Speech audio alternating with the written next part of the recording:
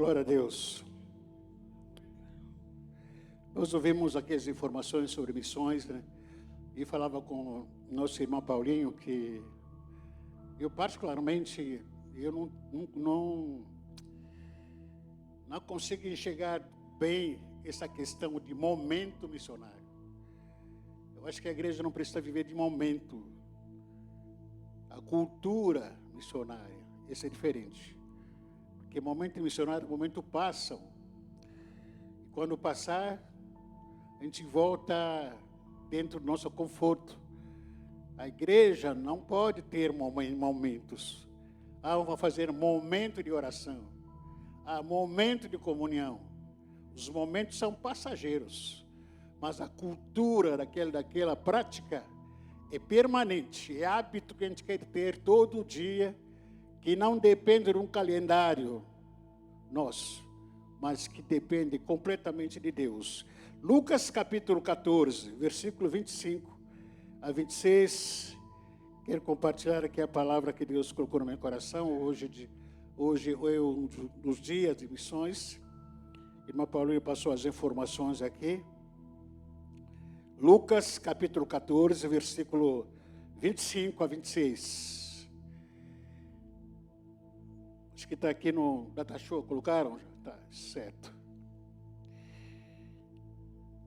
Grandes multidões acompanhavam Jesus e ele, voltando-se, lhe disse: se alguém vem a mim e não me ama mais do que ama o seu pai, a sua mãe, a sua mulher, os seus filhos, os seus irmãos, as suas irmãs, até a sua própria vida, não pode ser meu discípulo. Versículo 27. Quem não tomar a sua cruz e vier após mim, não pode ser meu discípulo. Em João capítulo 13, versículo 34 a 35. Eu lhes dou um novo mandamento, que vocês amem uns aos outros, assim como eu os amei, que também vocês amem uns aos outros. Nisso todos conhecerão que vocês são meus discípulos, se tiverem amor uns aos outros. Jesus aqui está falando sobre relacionamento. Creio aqui que o relacionamento tem sido uma das necessidades de todo ser humano. Hoje em dia, desde que o ser humano é ser humano, então tem sempre necessidade de relacionamento. Comida, ter necessidade de comida faz parte. Ter necessidade de alimento faz parte. Vestuário faz parte de tudo isso. Mas quando você lhe falta alguém, você fica isolado, triste, constrangido e se sente desanimado quando você não tem amigo, quando você está solteiro, não encontrou ainda uma esposa ou esposo, quando você não encontra ainda aquele namorado, aquela namorada. Quando você não tem um amigo, você se sente meio estranho na sociedade. Quando mesmo aquelas pessoas que estão casadas, mas não tem um bom relacionamento em casa, não se fala, não conversa os dois, nem a família. Então sempre entra uma situação meio crítica, um clima muito chato quando não se relacionam, né? E relacionamento tem sido assim, uma das grandes necessidades de todo ser humano. Deus não nos criou como seres isolados. Cada um deve viver independente. Não, pelo contrário. Nós somos dependentes de Deus. Todos nós. Que vira e mexe, a gente fica meio triste, sei lá, machucado ou magoado com relacionamento. A gente começa a desprezar ou começar, pelo menos, falar mal de todos os relacionamentos. Eu não quero mais ninguém ao meu lado, eu estou do jeito que estou, não quero ver ninguém na minha frente, porque esse é meu jeito, porque naturalmente, às vezes, a pessoa ficou machucado ou decepcionado com alguém, ou com alguma coisa e quer ficar independente. Mas isso aí é saudável? Não, não é saudável. O saudável é todo ser humano tem que depender de Deus e como também todo ser humano tem que depender do próximo. Eu dependo de você. Não existe um ser humano que possa dizer, não, eu quero viver isolado, ilhado no meu mundo. Não existe. Por mais que você tenta bajular isso, inventar isso, mas você não vai ter muita longa vida, não. Você vai encurtar a sua história. A razão pela qual Jesus diz em 1 de João, capítulo 4, versículo 20 a 21, 1 de João, capítulo 4, versículo 20 a 21, que se alguém diz, eu amo a Deus, mas odeia o seu irmão, é mentiroso. Pois ninguém pode amar a Deus a quem não vê, se não amar o seu irmão, a quem não vê. O mandamento que Cristo nos deu é esse. Quem ama a Deus, que ame também o seu irmão. Quantos aqui que ama a Deus? Quantos aqui ama a Deus? Eu amo a Deus, fala aqui. Alguns levantaram, mas outros não. Ou a coerência, se eu amo a Deus, tem que amar o irmão. Se você ama a Deus, como consequência do seu amor a Deus, tem que amar o irmão. O irmão é feio, tem que amar ele. O irmão é chato, tem que amar ele. Mas o irmão aqui é muito cabeçudo, tem que amar ele, não interessa.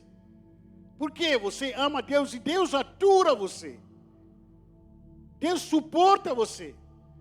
Pela sua graça e sua misericórdia, Deus cuida de você, te sustenta. E como que você vai se achar mais santo do que outro irmão? Você acha que outro irmão não merece seu amor? Isso é hipocrisia. Se você ama Deus, porque Deus te amou incondicionalmente. Você não pagou nada para Deus para te amar. Você não fez nenhuma graça para Deus te amar. Mas pela graça e misericórdia do Senhor, Deus te amou do jeito que você é, com as suas limitações, com seus pecados, Deus te amou desse jeito que você é. E também você, em troca disso, tem que amar o próximo. O próximo nem sempre é do jeito que a gente quer. Quem é o próximo?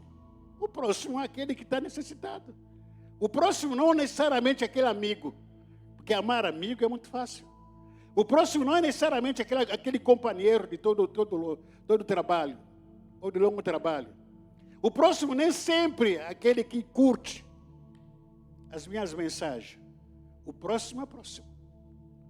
Não interessa se é de que time que torce, de que partido que ele é. O próximo é próximo.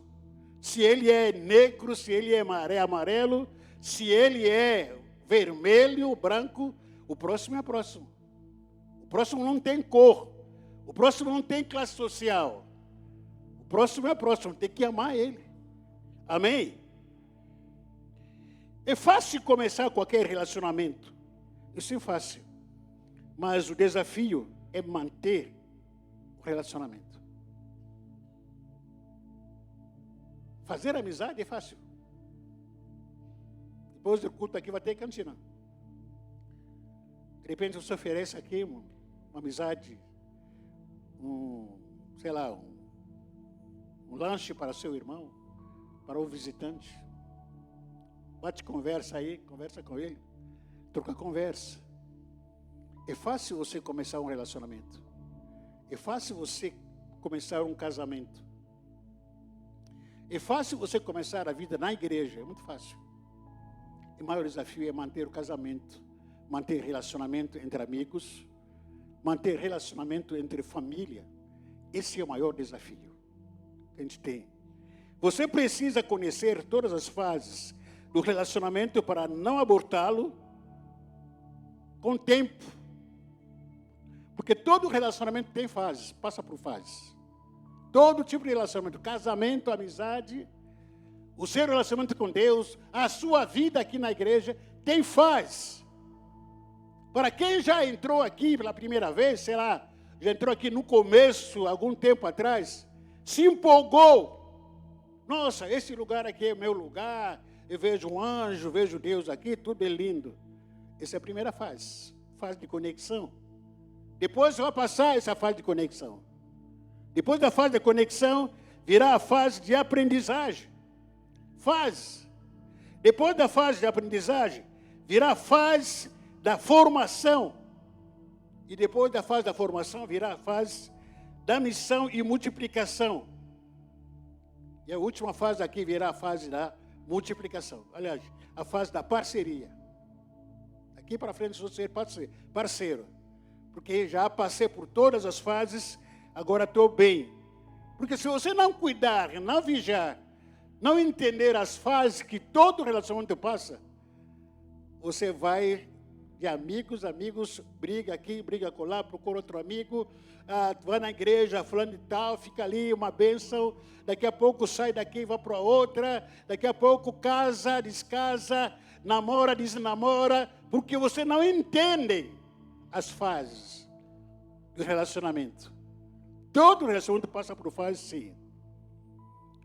Isso olhando para Jesus, quando Jesus ele estava aqui na terra entre nós, e nos finais dos seus dias, aqui nessa terra que nós estamos, e Jesus sabia que ele não estaria mais com seus discípulos aqui na terra, aqueles 12 que ele havia escolhido, e para que continuasse a andar com ele.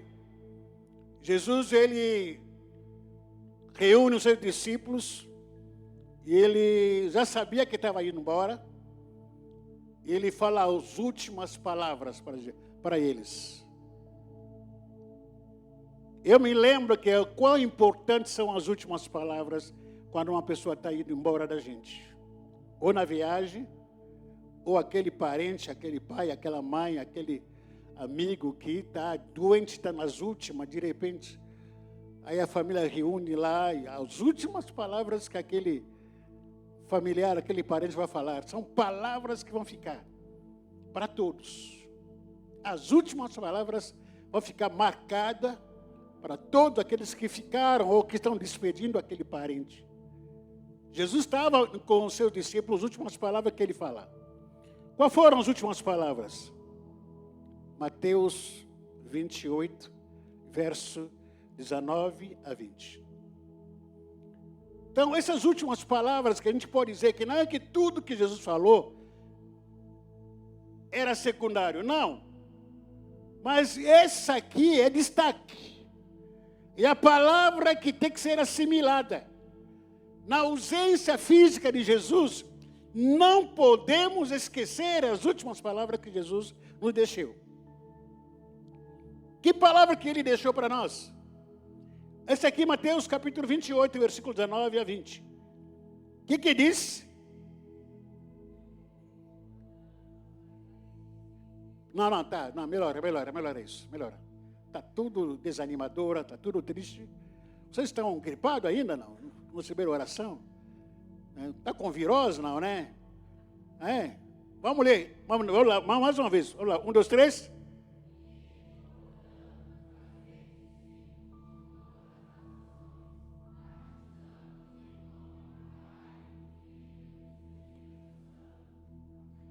Olha aqui que Jesus disse as últimas palavras. Estou indo embora, eu vou subir para a casa do meu pai. E se Jesus tivesse, aliás, os discípulos estivessem perguntando, Senhor, e agora? E a gente, como é que fica? Ele falou aqui, vocês vão, ide. Esse verbo, ide, é gerúndio imperativo, que tem uma ação imperativa contínua.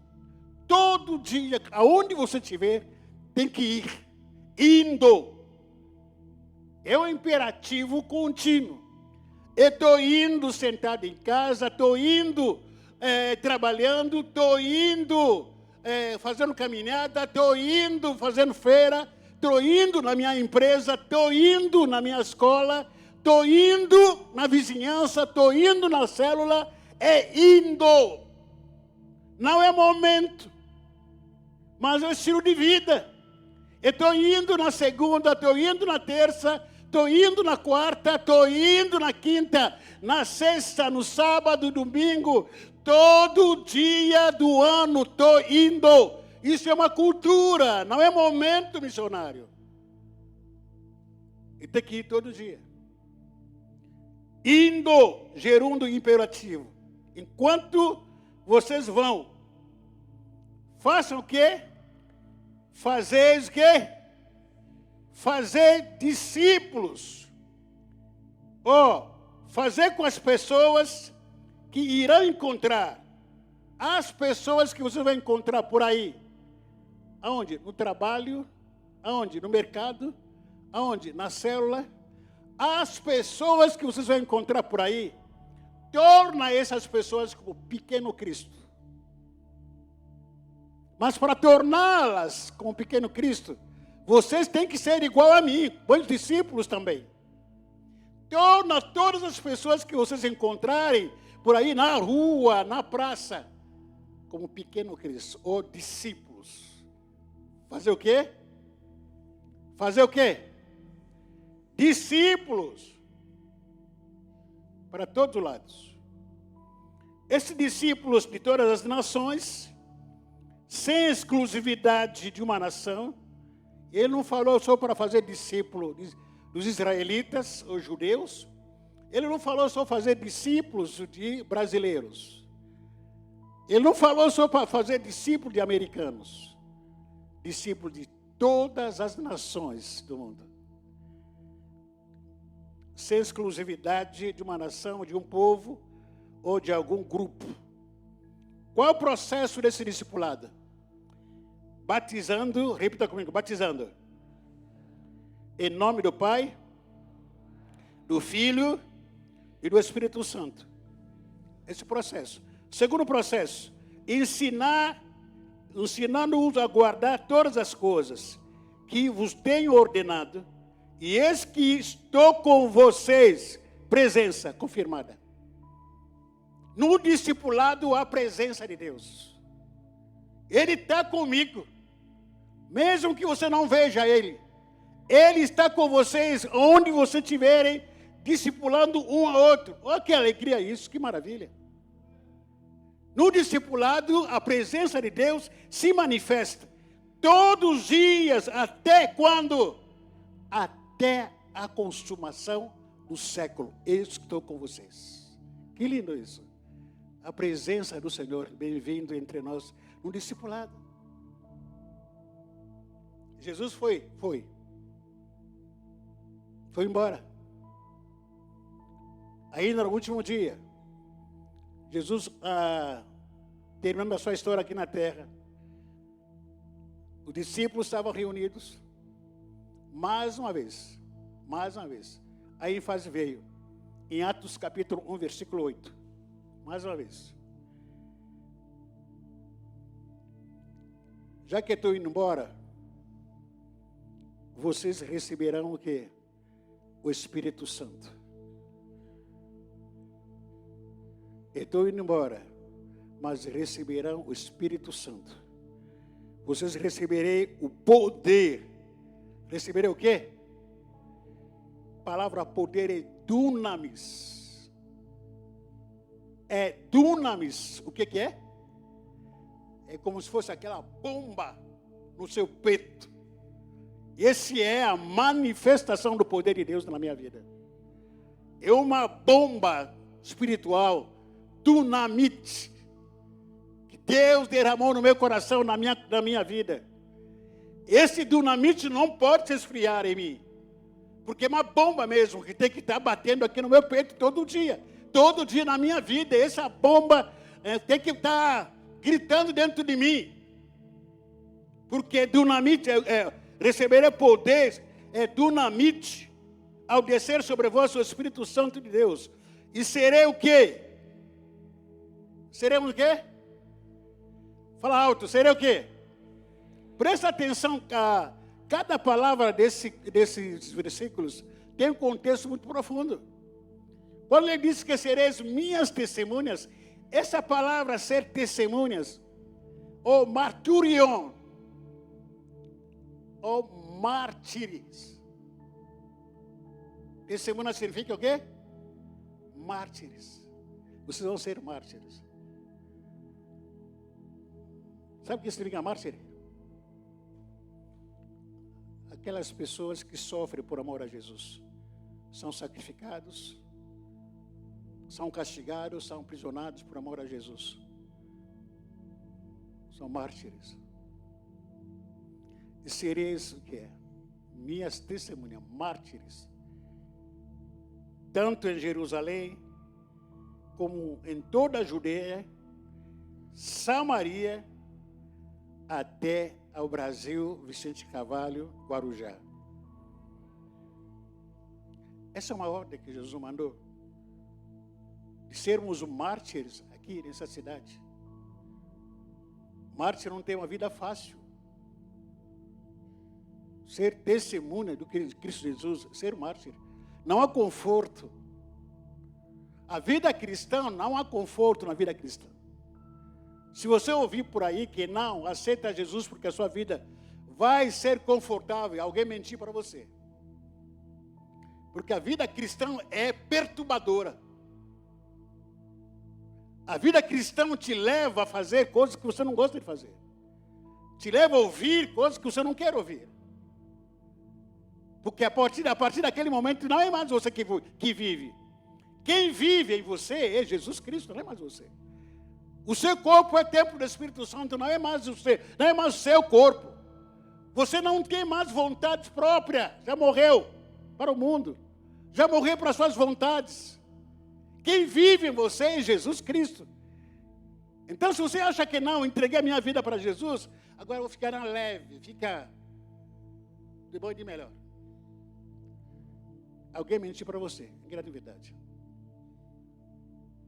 Mas a vida cristã é sofrer por amor a Jesus, ser criticado, ser caluniado por amor a Jesus, ser rejeitado por amor a Jesus. Já falei várias vezes sobre isso aí, que a minha irmã mais velha, naquela época tinha mais condições financeiras. O marido dela era comerciante. Quando ela soube que ia entregar a minha vida para Jesus, um dos dias, eu estava sentado na sala da casa dela, lendo a Bíblia. Quando ela entrou, tinha bufunfa. Quando entrou em casa, ela falou para mim, Jesus, sai da minha casa. O meu cunhado perguntou, puxa vida, o que houve? Não, porque ele quer saber da Bíblia, saber da Bíblia, quer saber de Deus. Sai da minha casa, vai embora daqui. A minha irmã, sangue. Por amor a Jesus. E Deus usou o meu cunhado, ele falou para mim, Jesus, você não vai sair daqui, a casa é minha. Vou te levar para outro país. Me trouxe para outro país, Angola. Mas seguir a Jesus, você vai sofrer calúnias. Você vai passar por situações constrangedoras. Por amor a Jesus. Só por ser de Jesus. Você vai ser esculachado, xingado. Vai ser maltratado. Vai olhar para você de cabeça até as unhas. Fala que você é crente. Fala que eu sou. Eu sou. E tendo certeza que Deus está com você, está comigo. Não importa o que o homem vai falar. Não importa o que o homem vai me maltratar. Não importa. Eu tenho certeza que Deus está comigo. Essa é a grande certeza. A igreja primitiva recebeu a grande comissão. Ela ouviu que, ide, vão fazer discípulos. Todo discípulo recebeu a grande comissão. O Espírito Santo veio para aquela multidão e um monte de gente foram batizados no Espírito Santo. A grande comissão foi liberada. O que a igreja primitiva fez? Atos capítulo 2. Todos os dias se reuniam nas casas, no partir do pão, na comunhão dos apóstolos, e todo dia se reuniam em comunhão com a oração. Dia após dia. Esse era o propósito de Deus para a igreja? Não. A igreja desvirtuou-se do maior propósito. Qual era o propósito? Ide. Não para ficar em um grupinho aí comendo pizza, comendo não sei o que, macaronada, comendo a comunhão, vamos estar em comunhão aqui, vamos orar juntos, toda terça, toda quarta, comunhão. Não é esse o propósito final da igreja. Pode ser o processo, mas o propósito não. O que Deus fez? Já que tinha desobedecido a igreja, tinha que haver desobedecido a grande comissão. Se você ler a Bíblia em Atos capítulo 7 e 8, você vai entender o que aconteceu. A perseguição. Deus permitia a perseguição. A perseguição veio pela primeira vez na igreja. E o que aconteceu?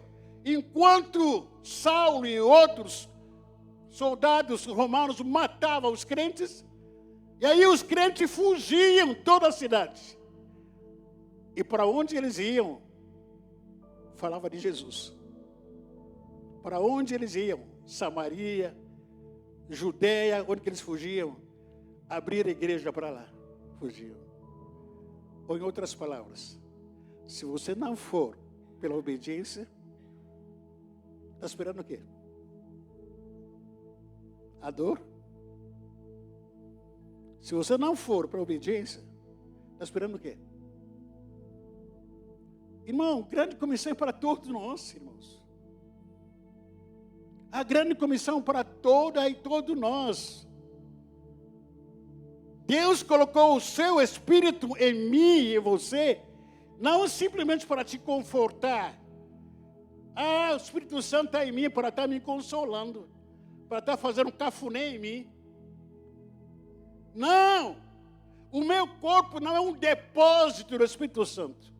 O Espírito Santo entrou, selou em mim e acabou a história. O Espírito Santo está gritando dentro de você. Ide. É para fazer discípulo. É para fazer discípulo. É isso que o Espírito Santo está dizendo para você toda hora. Se você desobedecer o propósito do Senhor, isso não é comigo. Não estou falando aqui para ameaçar ninguém. Mas todos aqueles que desobedecem o propósito de Deus para a sua vida, paga muito caro com isso. Pergunta para Jonas o que aconteceu. Pergunta para homens e mulheres da Bíblia que desobedeceram o mandamento do Senhor. Pergunta para Abraão. Porque desobedeceram o propósito do Senhor na vida deles. Em vez de levar o Evangelho a receber o Espírito Santo, ficaram confortáveis. Não, está tudo bem assim, está legal, o Espírito Santo está comigo. Não é esse o propósito final. Cantar na igreja é bom? É. Mas não é fazer discípulo. Dançar na igreja é ministério. Mas não é discipulado. Não tem nada a ver com fazer discípulos. Trabalhar no ministério, algum ministério na igreja, é bom? Amém. Auxilia, ajuda, muito trabalho na igreja. Isso é fazer discípulo? Não tem nada a ver com fazer discípulo. Eu trabalho nessa área, nesse ministério, naquela área, intercessão, na social, trabalho não sei o que, na atalaia, no diácono. Fazer discípulo é outra história. Outra história. Efésios capítulo 1, versículo 13 a 14. Efésios capítulo 1, versículo 13 a 14.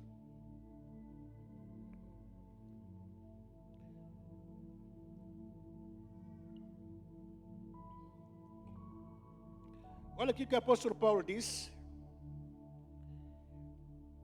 para a igreja de Éfeso. Agora ele está falando aqui de nós, de mim e de você. A mesma coisa aconteceu também com vocês quando ouviram a verdadeira mensagem. A boa notícia que trouxe para vocês a salvação. Vocês creram em Cristo e Deus pôs em vocês a sua marca de propriedade quando nos deu o Espírito Santo que Ele havia prometido. Quem aqui recebeu o Espírito Santo no dia da salvação? Levanta a mão, quero ver. Que eu tenho o Espírito Santo.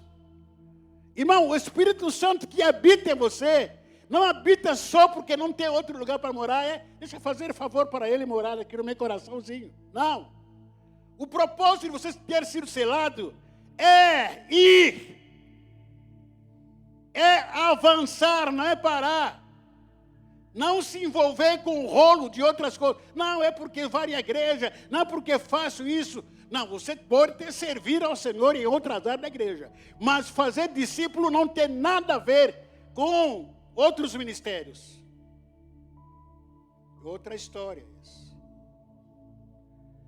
Então Deus colocou em mim essa marca. Eu tenho o Espírito Santo na minha vida. No dia que eu entreguei, eu confessei a Jesus Cristo como meu Salvador, o Senhor da sua vida. Eu não queria ser crente de jeito nenhum, eu era chato naquela época. A minha mãe falava o tempo todo, Jesus, vá para a igreja. Eu falei que não.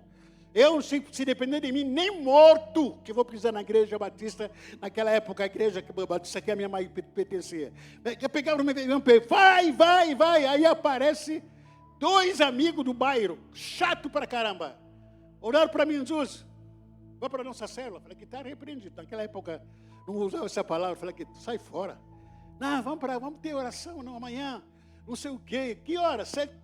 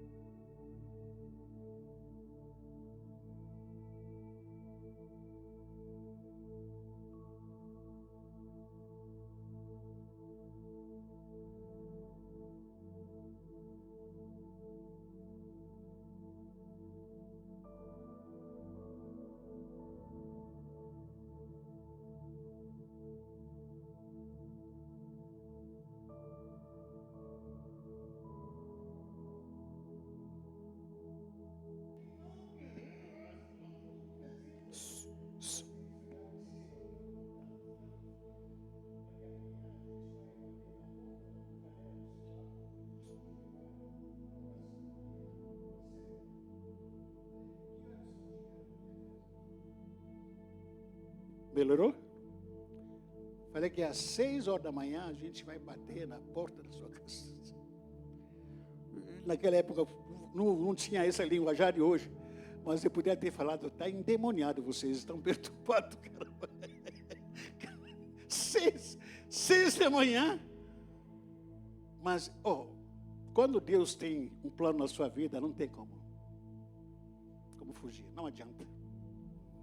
Quando Deus tem um propósito na sua vida, querido, às vezes fico ouvindo tanta história de pessoas que não querem saber de Deus, pessoas que não querem se render, se entregar, soberba, sobe do coração, e fico falando, espera o tempo chegar, vai chegar. O tempo dele vai chegar. Uma questão de tempo, paciência. Vai, pai, mãe, paciência. Irmão, amigo, paciência. O tempo dele vai chegar da mesma maneira que Saulo um dia, perseguindo a igreja, ele caiu do cavalo. Esse cara vai cair do cavalo um dia. É uma questão de tempo. Deixa Deus trabalhar no jeito dele, na hora dele. Porque a glória de Deus vai se revelar na vida daquela pessoa. Era 6 da manhã. Escutei. E fiz de conta que não era comigo. E virei de lado, virei para o outro lado, de novo. Não é comigo. Mas aqueles meninos, homens de Deus, hoje está na Inglaterra. Algum deles está na Suíça. insistiu. Contra a minha vontade, falei que fala. Não, chegamos, tá bom. Para encurtar a história, contra a minha vontade, foi me arrumando, resmungando. Aí foi na oração. Não entendia nada com nada das músicas que eles cantavam, palavras que eles falavam. Só a única coisa que eu fiz, no final de tudo, que eles oraram o jeito deles lá e me perguntaram: Zuzi, você não quer confessar a Jesus como seu único Salvador e Senhor da sua vida? Para não fazer desfeito, falei que quero. Não entendia o que era. Aí um deles falou que então deixa eu orar por vocês. Confessa essa oração que eu vou fazer. Repita. E fui repetindo. Irmãos, naquele momento que eu estava repetindo aquela oração, comecei a sentir o mover de Deus na minha vida. Parece que Deus começou a arrancar dentro de mim toda a podridão, toda a ferrugem, todo o peso. Deus começou a arrancar tudo que era de mal, todo o pecado dentro de mim. E a partir daquele momento, meu coração começou a queimar. Queimar de novo. A partir daquele momento, eu queria saber de ler a Bíblia, orar, frequentar a igreja. Os valores espirituais na minha vida mudaram. A partir daquele momento. De lá para cá, nunca mais parei. O que Jesus fez na minha vida. O Espírito Santo é a garantia de que vocês receberam o que Deus prometeu em seu povo. O mais importante, queridos, na presença do Espírito Santo em nossas vidas, na minha vida, quem afirma ser salvo, quem afirma ter o Espírito Santo, deve estar alinhado com o Espírito Santo que habita nele. No ano 90, mais ou menos por aí, 90, 95, não me lembro exatamente o ano, a pastora que tem cabeça mais fresca do que a minha, que lembra dessas datas, nós passamos na igreja, primeira igreja batista de Santo André, uma mega igreja, grande demais. E você entrava, visitava aquela igreja, você não sabia começar para onde e terminar para onde. Uma igreja organizada demais, grande demais, o maior da igreja, talvez que não passa na mídia, nem em rede social, talvez. Mas uma das maiores igrejas de Santo André. Igreja Batista do pastor Bartolomeu, hoje está na glória. Ficamos nessa igreja, começamos a pastorear numa congregação. E nessa igreja havia, nós fizemos parte de uma consultoria. Aí me escolheram para que eu, um pastor que trabalhava em consultoria de igreja, pudesse andar com ele. E a gente andava para ajudar várias igrejas. Aqui mesmo na Baixada Santista, naquela época, a gente veio aqui na Baixada Santista e fazer consultoria em algumas igrejas, tem o interior de São Paulo. O que a gente fazia? A gente entrava naquela igreja, conversava com o pastor, para a gente tentar fazer uma pesquisa, e aonde que estava o problema de crescimento dessa igreja. Enfim, na maioria dessas igrejas, a gente identificava que havia falta de discipulado. A gente implantava discipulado naquelas igrejas, as igrejas foram crescendo, e até nessa igreja, lá em Santo André, havia uma grande relevância em discipulado. Hoje entendo. Por quê? Porque muitas pessoas, muitas vezes, hoje não entendem. Quando a gente fica brigando, irmão, tem que discipular. Não é uma coisa pessoal minha que eu estou pedindo, não é. Eu estou querendo te alinhar o que é Deus quer na sua vida. Qual é a verdade de Deus como pastor da igreja? Eu estou te ensinando, olha, o caminho está aqui. Porque é muito mais simples a gente fazer programações aqui, eventos, termina um ano, cansado, cheio de eventos, sem salvação de ninguém, sem crescimento de ninguém. É muito fácil isso. Mas pela experiência que Deus nos deu, que a gente adquiriu, a gente sabe qual é o caminho. Discipulado. Discipula, por quê? Discipular é se importar com as pessoas. Repita comigo, discipular é se importar com as pessoas. Quantas pessoas que a gente batizou agora, em dezembro passado? Quem é aqui que se batizou no ano passado? Aliás, o ano passado, levanta a mão. O ano passado. Uma, que mais? Lá tem 3. Batizamos 40.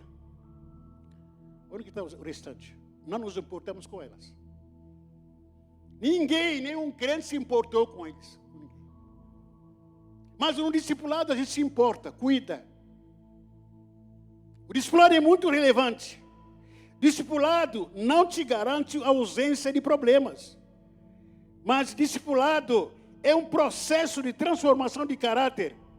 Através do discipulado você pode ser curado, pode ser liberto, pode desenvolver maturidade através do discipulado. Provérbios capítulo 27, versículo 17. As pessoas aprendem umas com as outras, assim como o ferro afia o próprio ferro. O discipulado. Quando estou tendo um encontro com o irmão Irineu para a gente compartilhar, com aquela pessoa compartilhando, eu estou sendo usado para afiar a vida dele. Ele também está sendo usado para afiar a minha vida. Esse é o propósito, esse é o caminho. O discipulado te protege contra as tentações da vida. Te livra dos maus caminhos. Porque no discipulado, para o senhor assentar com o seu discipulador, compartilhar o seu coração com ele e diz, você vai falar para ele que estou tendo um problema na minha casa, estou sendo tentado nessa área, tem um amigo que tem um colega no trabalho, tem um parceiro que está me levando ao caminho assim. O seu discipulador, naquele momento, disse para ele, não faça mais isso. Não comete esse erro. Se arrependa disso. Fuja disso. Então, o discipulado, ele te livra, te protege contra as tentações, te livra dos maus caminhos. Porque todo mundo aqui é tentado. Nesse momento é muito mais fácil confessar tentação do que confessar pecado. E confessar pecado dói. Tentação é muito fácil. Confessar a minha tentação com o meu discipulador e sentar com ele e dizer que, cara, estou pisando na bola. Estou tendo maus pensamentos. Estou falhando. Não estou dizimando. Eu abro meu coração para o meu discipulador. É aquele momento que ele é usado para quê? Para me alinhar. Não faça isso, se arrependa. Tal. O discipulado te livra de esfriamento espiritual. O discipulado me livra do quê? Não estou orando, não estou lendo a Bíblia, não estou indo nos cultos. Está se esfriando. O seu discipulador te chama por amor. Fala que, irmão, o que está acontecendo? Te dá aquele irmão, aquele abraço, te cumprimenta. O que está acontecendo? Estou desanimado. Deixa eu orar. O seu discipulador, deixa eu orar por você. Vamos orar juntos? Vamos. Então, de alguma forma, você está sendo livre de esfriamento espiritual. É só frequentar a igreja. Você pode ir até por 1 ano só frequentar a igreja. Mas no discipulado você irá a vida inteira. Como eu acabei de falar aqui para os irmãos, contei meu testemunho, e foi discipulado. Eu não posso falar alguma coisa que nunca fez. Foi discipulado, sim. Lá na minha terra, aqui também no Brasil, foi discipulado. É fácil? Não é fácil. Mas esse é o caminho certo, O discipulado nos mostra o senso de pertencimento e acolhimento. Cuidado. Quando eu estou dando atenção para um visitante, para um recém-convertido, então estou dizendo para ele que você pertence à nossa família. Você pertence a essa igreja local. A igreja local não é só daquela pessoa. Você faz parte dessa comunidade. Você pertence aqui. Vamos estar juntos. Vamos caminhar juntos. O discipulado nos mostra o centro de pertencimento e cuidado. Também o discipulado bíblico é uma aliança que fortalece a comunhão da igreja. E tem compromisso com o meu discipulador.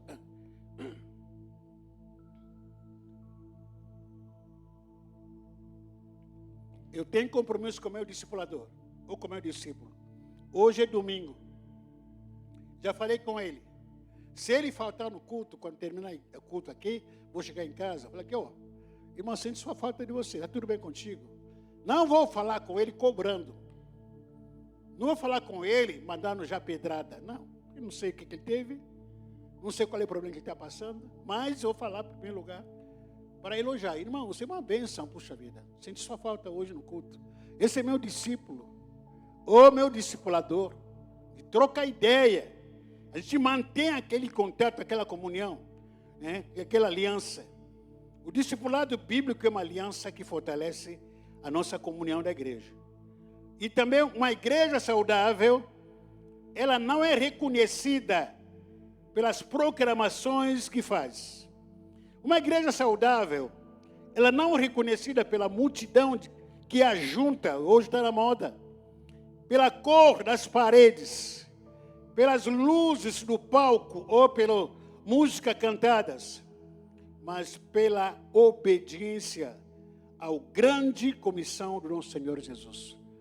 Assim que é reconhecida a igreja saudável, uma igreja discipuladora, uma igreja que cuida de gente, uma igreja que abraça todo mundo, uma igreja que é ensinável. É fácil discipular e fazer discípulo? Não, não é fácil. Não é fácil fazer discípulo, porque, e também nunca será fácil, mas é compensatório. Mas é compensatório. Na minha juventude, eu tive um discipulador que me discipulou. Esse que é a história que eu citei aqui no começo. Sabe onde que eles estão? Ou onde que ele está? Suíça. Ele virou pastor lá. De tudo que ele investiu na minha vida, eu estou aqui. Eu estou aqui. E tudo que ele ensinou na minha vida, como discípulo, o que ele formou. Alguns anos atrás, ele me procurou em redes sociais, nos falamos, mas só foi isso aí. Mas ele semeou dentro de mim um legado inegociável. A palavra de Deus, a vida de Cristo que ele semeou, que ele incultou na minha vida. Não é fácil ser discipular, porque você está investindo em vidas, não em coisa. E todo investimento em vidas há um preço alto para pagar. Vai enfrentar dificuldades por causa do discipulado? Vai. Você vai enfrentar o desânimo? Vai. Vontade de desistir? Vai. No dia que marcou, muitas vezes, vamos marcar um dia. Naquele dia acontece tantos imprevistos. Mas não é para desistir. Prossiga. Prossiga, porque aquele a quem você está investindo, amanhã vai ser um pastor, um bispo, amanhã vai ser um homem de Deus, amanhã vai ser um homem de caráter que vai fazer diferença na sociedade. Mesmo não tendo título ministerial. Mas você investir nessa pessoa. Você não está investindo em coisas. As coisas ultrapassam, enferrujam, quebram. Mas pessoas não. Pessoas não.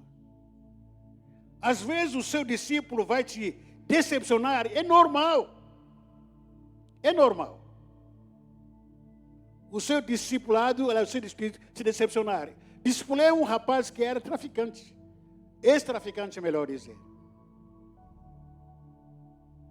Vira e mexe me procurava. Quando ele via para a igreja, cabisbaixo. Falei, o que houve? Fala. Não, pastor, caí no pecado. O quê? Caiu. Então senta aí. Sentava, ouvia ele, orava com ele, se arrependia do pecado. Terminava, passava quase um mês, daqui a pouco apareceu de novo. Cabisbaixo. O que houve, cara? De novo caí no pecado.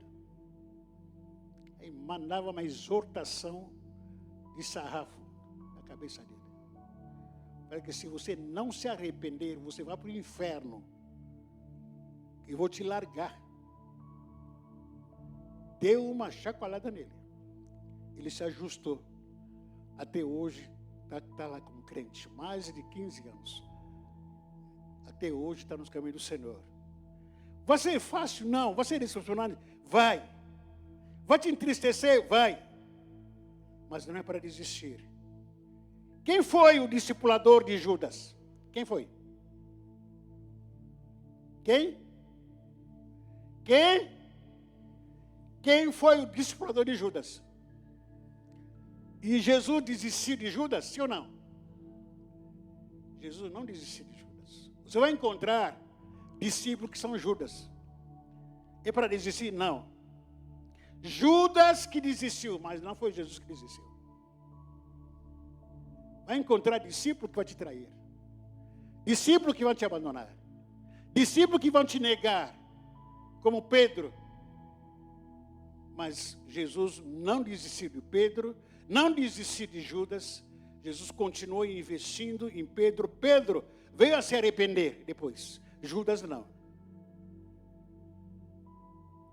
Barnabé foi um discipulador de Saulo, chamado Paulo depois. Saulo era assassino. Assassino, matava um monte de gente. Ele foi aceitando a Jesus, aquela experiência que ele teve. Ninguém queria estar perto de Saulo. Quando Saulo entrava na sinagoga, um monte de gente saía.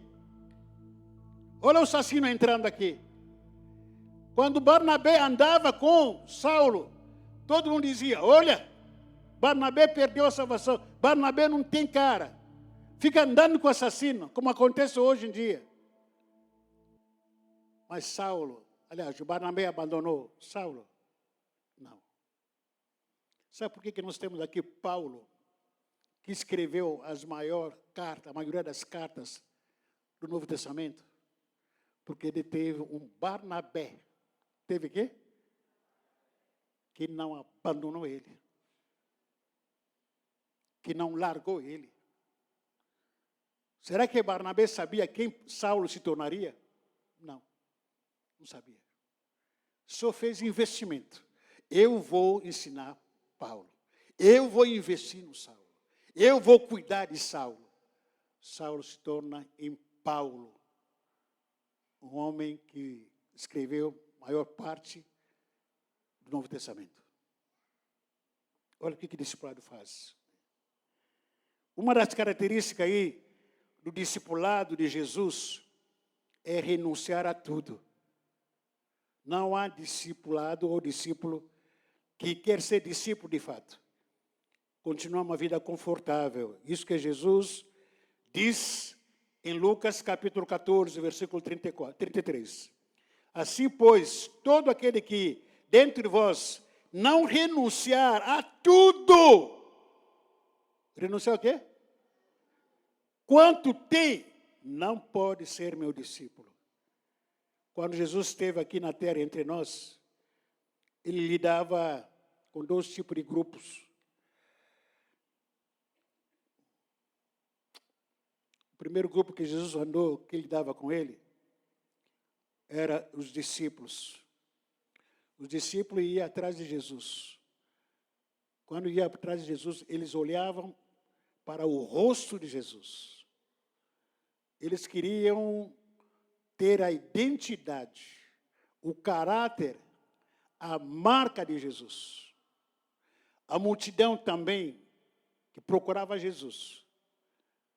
A multidão ia atrás de Jesus e olhava nas mãos de Jesus. É como se estivesse perguntando, Jesus, o que o Senhor tem para me dar? A multidão só vai atrás de Jesus por interesse. O discípulo, ele quer ser igual a mestre. É diferente disso. A multidão entra na igreja, vai perguntando, o que esse pastor vai me dar?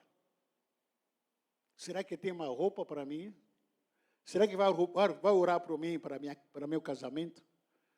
Será que vai orar para a minha vida? Para arrumar emprego? Para aumentar meu salário? Isso aí faz parte da multidão.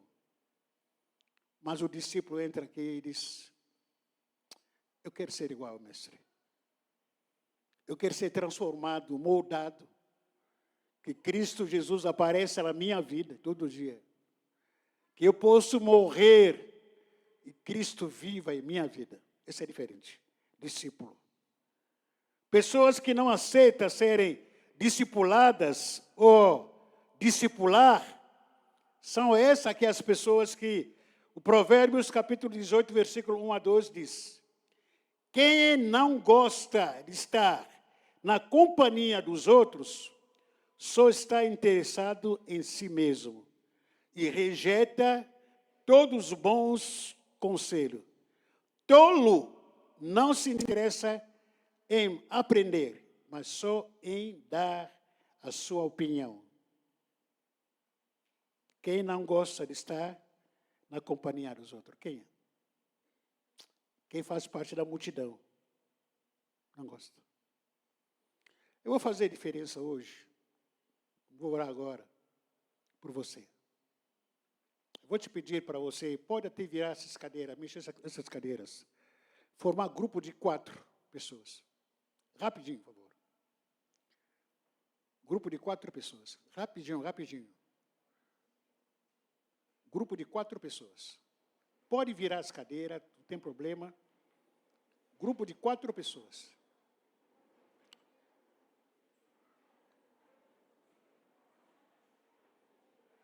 Intercessores, me ajuda aí. Atalás, me ajuda a fiscalizar esses grupos de 4 pessoas. Não, pode sentar, pode sentar, pode sentar. Pode sentar, pode sentar. Pode virar a cadeira, sem problema nenhum. Pode sentar. Intercessores, atalaias, me auxilia aí, informação desses grupos.